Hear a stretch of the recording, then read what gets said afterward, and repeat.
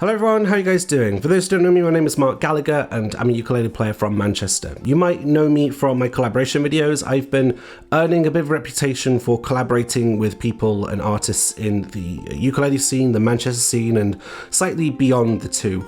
It's something I've been doing since about 2019. It's something I've really enjoyed building this brand, building this reputation of with my collaboration corner episodes. I started doing them in 2019 when I was traveling in Europe, but not only as like a cross-promotional exercise, but also just as a way of like capturing these moments in time through music. It was something I found really special, and it's something I want to kind of try and recreate as often as I can. Due to the pandemic last year, I shifted my focus in how I went about these, but it opened some doors for me in that I did these sort of virtual collaborations in which I would arrange with my partner. One of us would record our parts, leave in the gaps for the other one, and we'd send it over, record over that, and just kind of put it all together. And that's been great because it kind of opened a lot of doors to me in terms of who I could duet with. I've done collaborations with people in Canada, in the United States, all across Europe, and also just the opposite ends of this country. That country's England, by the way. I'm English if you can't already tell.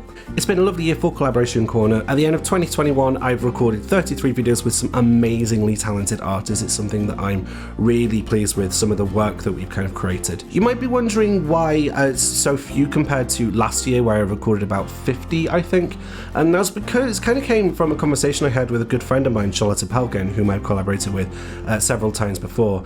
We're having a conversation about I was getting a bit disgruntled about like my viewer retention rate and about like my numbers generally speaking on social media. And she raised the point of essentially like in some of my videos, I kind of half-arsed it, or I would turn up to where I was playing and I would just sort of check my phone, see a song and play it and go, that'll do, and it showed.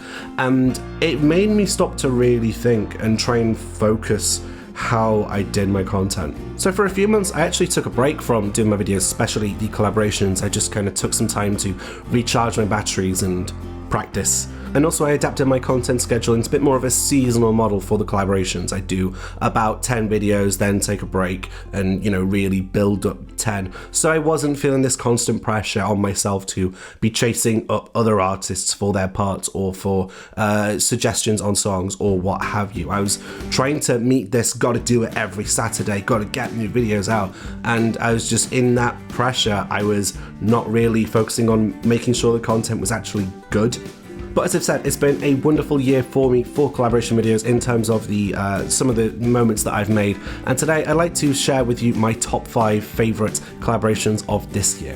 Coming in at number 5 is my duet of Deep Ellum Blues with Percy Copley. Percy Copley is an incredible musician, not just on ukulele but also on guitar and especially banjo.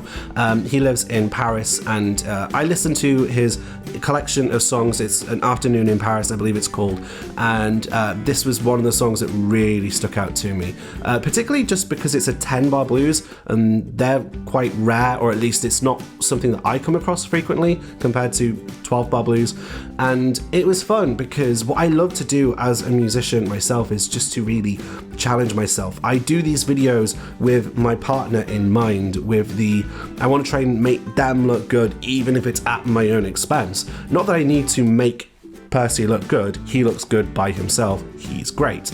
But it's just, I loved that challenge of playing alongside him, being able to sort of keep up and also compliment him with some of my finger-picking ideas compared to what he was doing. I had a very sort of bass element going on with my playing, and I thought it really complemented and added to what he was doing. And again, it's just that being able to keep up with someone who's really, really good. I love it when I can do that. It makes me feel like I'm a decent musician. So yeah, Percy's wonderful, and also I'd like to send up a little personal shout out to him. On a couple of occasions he's reached out to me and sent some love my way, and it's something that I really appreciated, especially from him. I didn't kind of think that I deserved his time, but I'm very grateful that he was so generous with it. Coming in at number 4 is my original song, I'll Just Swim Home Instead with Julia Tracer. I've told the story of Julia and I a couple times before, so I'll kind of speed through it a little bit. She came across my album Songs from a Happy Winter. The artwork is of Livigno, a small Italian town. It just so happens to be her hometown. So we've been friends for a couple of years now, and it wasn't until November that we managed to actually meet in person finally, and it was wonderful. I think she is so amazing, and it was just really nice to spend that time with her.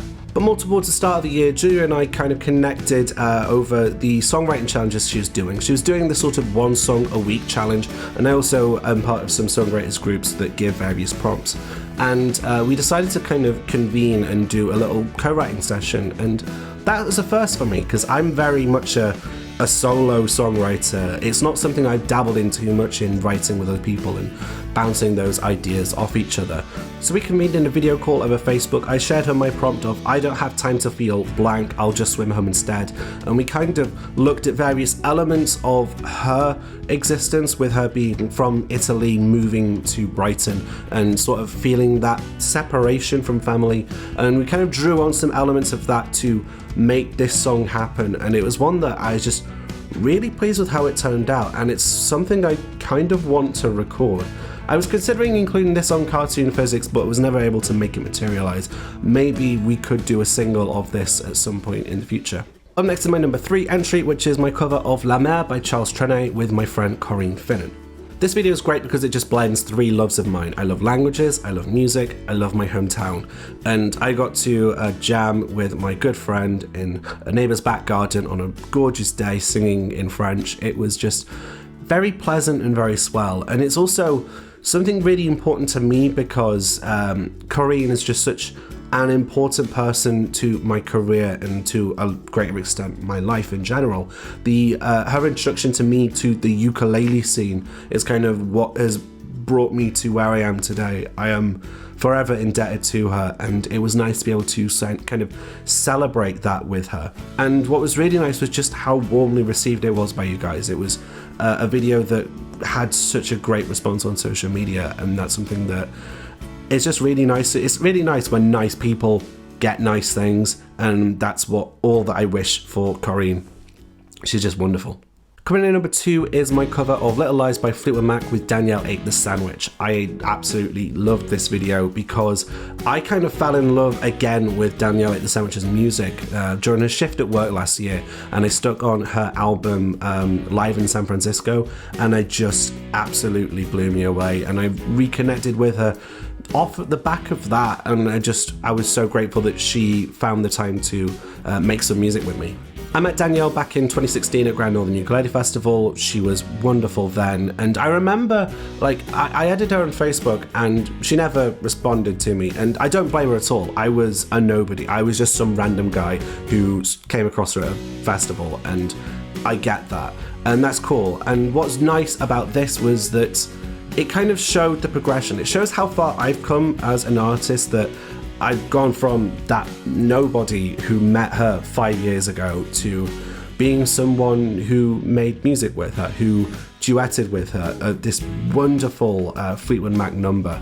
The way we were able to blend our relative styles into this song, I felt it was very complimentary for the both of us.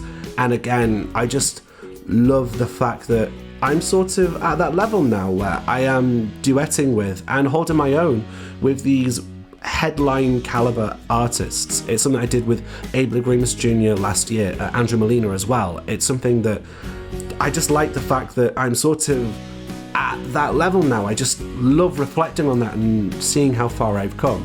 Another thing I really enjoyed about this video was the editing choices I made. Normally my split screen collabs are just very static and that's it, and that's fine for the most part, but with this one it felt more creative because I was able to kind of do a bit more and try and bring into life these sort of spookier elements of the song, and it was some just that haunting quality that I was able to kind of bring out in the edit that was already very much prevalent in the music. I'm so grateful to Danielle for the time that she had for me with this cover, and I was hoping to maybe cross paths with her at Kentucky Ukulele Festival this year. Obviously, that's still not really on the cards due to the old big C word, but I have a huge amount of love and respect for Danielle Ate the Sandwich. I really can't wait to see her some point in the future, hopefully in person. And my number one favourite collaboration of 2021 is Something Stupid by Frank Sinatra with Sam Lyon. Sam Lyon is my best friend. She's one of my favourite people, full stop. I adore her, and she's had so much crap over the last year, but this video was something that was really special to me. Back in like summer 2019, I shared this song on my Instagram story, and she mentioned that it was a song that she and her father used to sing a lot together, and it was something I kind of bared in mind with the collaboration element at play.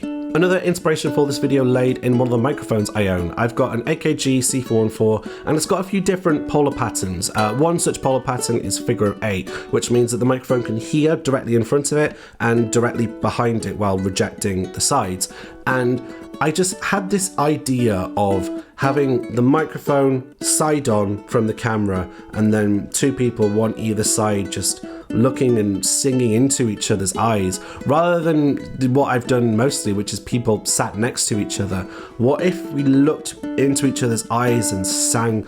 Wouldn't that be so much more intimate, just as a way to capture that moment in time, that moment in music? So I had the production idea down and also had the song. It was just a case of waiting for a good time for Sam, because it was such a special song to her, made all the more tragic due to the passing of her father last year. So I'm so grateful that she found the time and she was willing to be able to record this song with me. It was something that meant a lot to me, that was able to share that moment.